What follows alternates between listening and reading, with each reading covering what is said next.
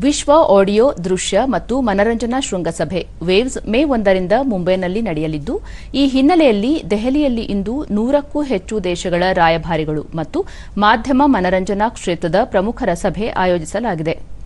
ಸಂಜೆ ನಡೆಯಲಿರುವ ಈ ಸಭೆಯಲ್ಲಿ ವಿದೇಶಾಂಗ ವ್ಯವಹಾರಗಳ ಸಚಿವ ಡಾ ಎಸ್ ಜಯಶಂಕರ್, ವಾರ್ತಾ ಮತ್ತು ಪ್ರಸಾರ ಸಚಿವ ಅಶ್ವಿನಿ ವೈಷ್ಣವ್, ರಾಜ್ಯ ಖಾತೆ ಸಚಿವ ಡಾ ಎಲ್ ಮುರುಗನ್, ಮಹಾರಾಷ್ಟದ ಮುಖ್ಯಮಂತ್ರಿ ದೇವೇಂದ್ರ ಫಡ್ನವೀಸ್ ಸೇರಿದಂತೆ ಪ್ರಮುಖರು ಪಾಲ್ಗೊಳ್ಳಲಿದ್ದಾರೆ. ವೇವ್ಸ್ ಶೃಂಗಸಭೆಯ ಹಿನ್ನೆಲೆಯಲ್ಲಿ ಜಾಗತಿಕ ನಾಯಕರು, ನೀತಿ ನಿರೂಪಕರು, ಉದ್ಯಮ ಭಾಗಿದಾರರು, ಮಾಧ್ಯಮದ ಪರಿಣಿತರಿಗೆ ಉತ್ತಮ ವೇದಿಕೆ ಕಲ್ಪಿಸುವ ಧ್ಯೇಯ ಹೊಂದಲಾಗಿದೆ. ಆಡಿಯೋ ದೃಶ್ಯ ಮತ್ತು ಮನರಂಜನಾ ಕ್ಷೇತ್ರಗಳ ಕುರಿತು ರಚನಾತ್ಮಕ ಸಂವಾದಗಳು ನಡೆಯಲಿವೆ.